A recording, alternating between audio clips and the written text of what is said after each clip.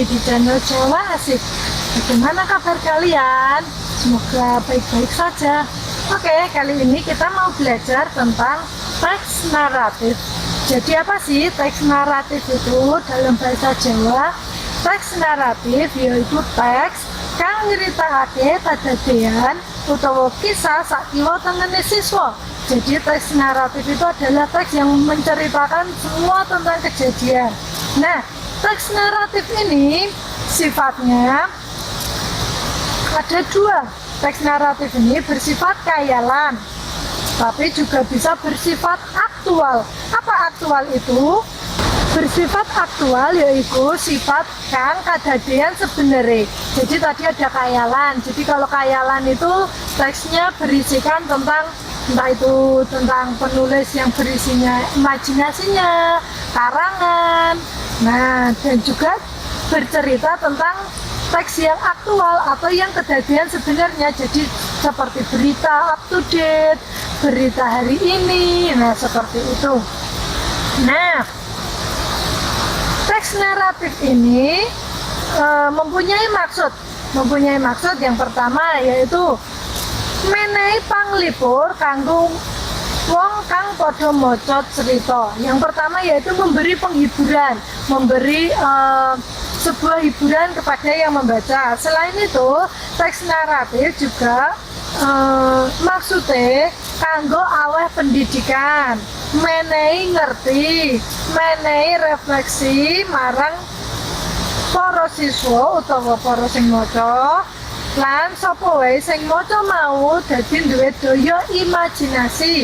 Jadi teks naratif ini maksudnya atau fungsinya selain tadi yang pertama memberi hiburan, juga memberi pendidikan, memberi tahu, memberi sebuah pengetahuan, juga memberi refleksi. Selain itu juga ketika kita membaca teks narasi atau teks naratif, kita juga diharapkan memiliki daya imajinasi.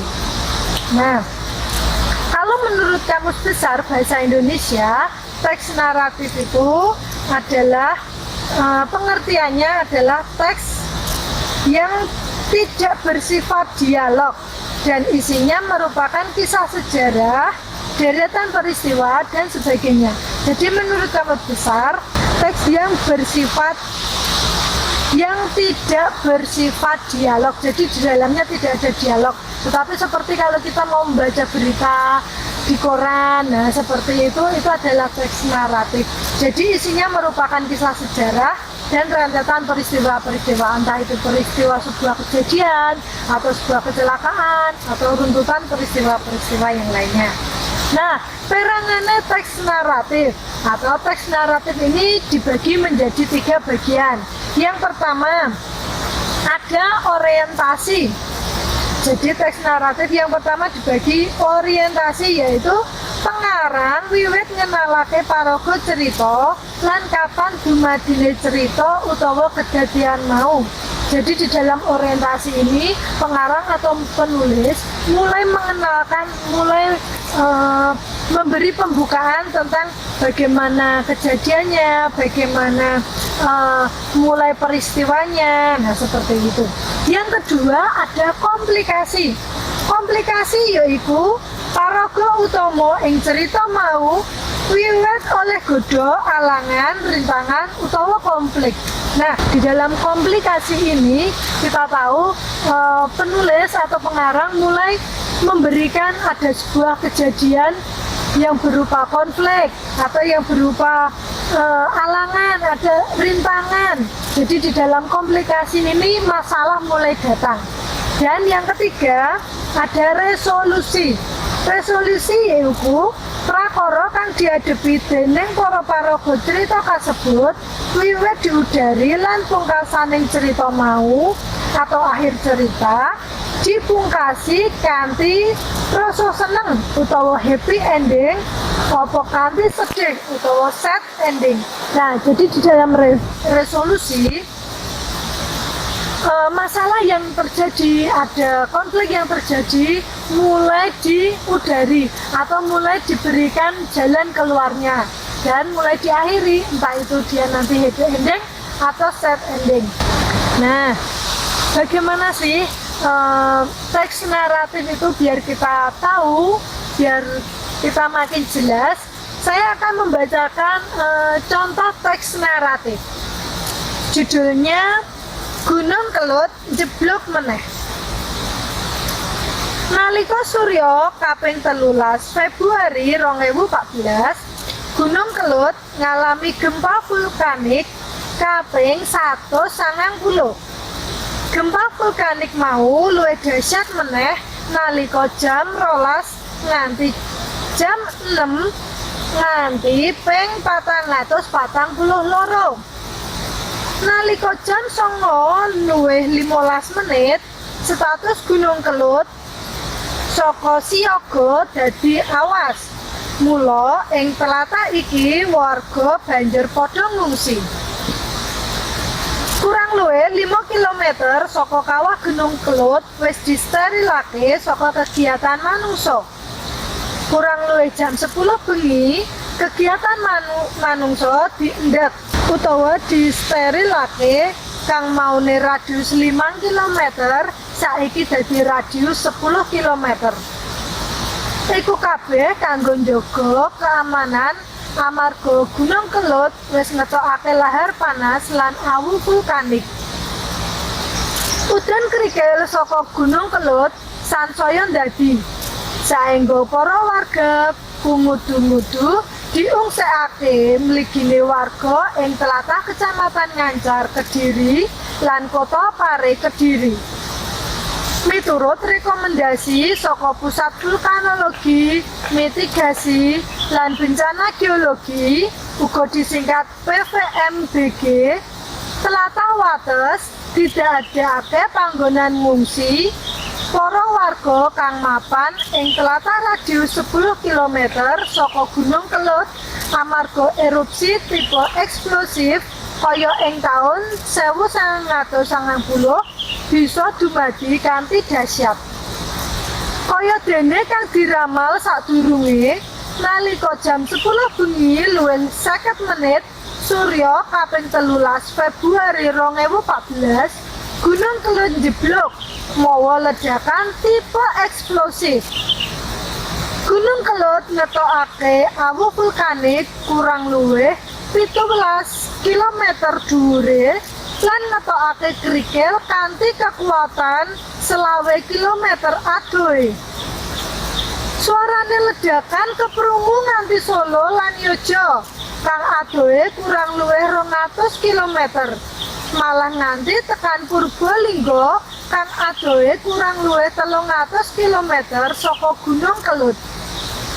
Nalika jam 1 bengi utawa dini hari, yaiku tanggal 14 Februari 2014, suarane Gunung Kelut jeblok nganti tekan Jombang.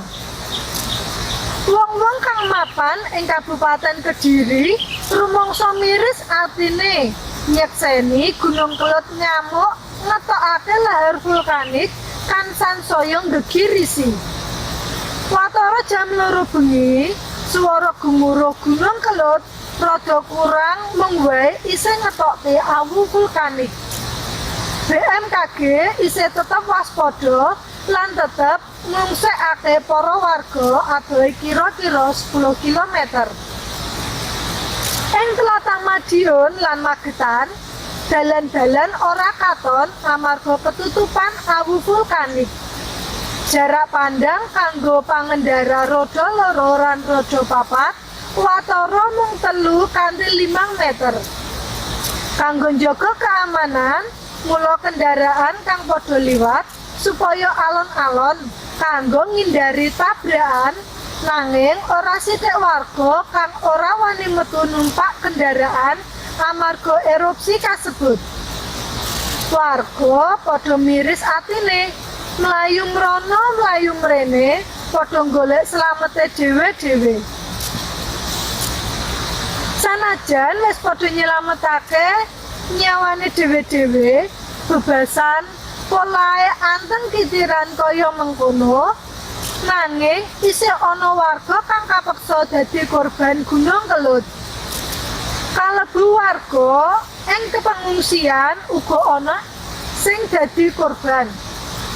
Kecathet kurang luwih 24 warga dadi korban Gunung Kelut lan kira-kira 100.248 kudu padha ngungsi.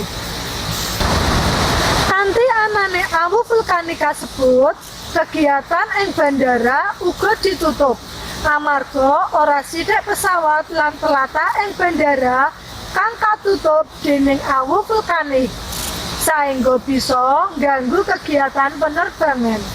Bandara kan katutup dening awu vulkanik umpamane Bandara Surabaya, Bandara Malang, Yogyakarta, Semarang, Solo, Malang nganti tekan Bandung.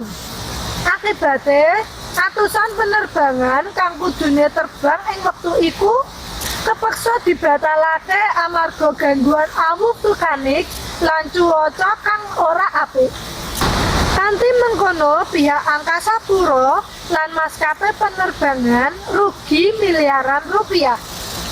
Ora mung penerbangan lan pesawat kang ganggu amarga awu vulkanik. Ora mung penerbangan lan pesawat kang keganggu amarga awu vulkanik. Ananging uga piranti kanggo nyatet aktivitas ing pos pusat vulkanologi mitigasi lan bencana geologi uga disingkat PVMBG sakiwa tengene Gunung Kelut, Kediri, Jawa Wetan uga keganggu lan rusak. Piranti arupa seismograf rusak amarga kalindih utawa katimbun material watu lan awu. Amarga piranti mau mung 5 km jarake saka Gunung Kelut. Rusake piranti kasebut pranyata bisa ngganggu aktivitas PVMBG kang digunakake kanggo mantau aktivitas Gunung Kelut. Mula saka iku, para petugas kang ana banjur cancut tali wanda utawa cekatan nggunakake piranti pemantau manual kanggo ngantisipasi kedadian lan letusan kelut susulan. Sumber kapetik lan kabesut saka www.gunungkelut.com. Nah, itu tadi adalah contoh teks naratif. Kita tahu yang pertama tadi bagian-bagian teks naratif, yaitu yang pertama ada orientasi, pengarang mulai mengenalkan bagaimana awal mula kejadian terjadinya letusan Gunung Kelut, kapan waktunya, bagaimana asal muasalnya. Yang kedua tadi ada komplikasi. Di situ penulis mulai memberikan tentang bagaimana Gunung Kelut itu jeblok atau meletus dengan begitu dahsyatnya, bagaimana korban-korban yang harus diungsikan, korban yang meninggal, korban yang mengungsi, juga kerusakan-kerusakan atau kerugian-kerugian yang dialami, dan yang terakhir resolusi. Penulis akhirnya memberikan memecahkan masalah. Kita tahu ketika tadi seismografnya rusak, akhirnya ada jalan keluarnya. Nah, itu tadi kita belajar tentang teks naratif. Semoga pembelajaran hari ini bisa menambah pengetahuan dan wawasan kita. Jangan lupa ya untuk like, komen, dan subscribe di channel Jawa Asik. Terima kasih sudah mengikuti dari awal sampai akhir. Sampai jumpa lagi.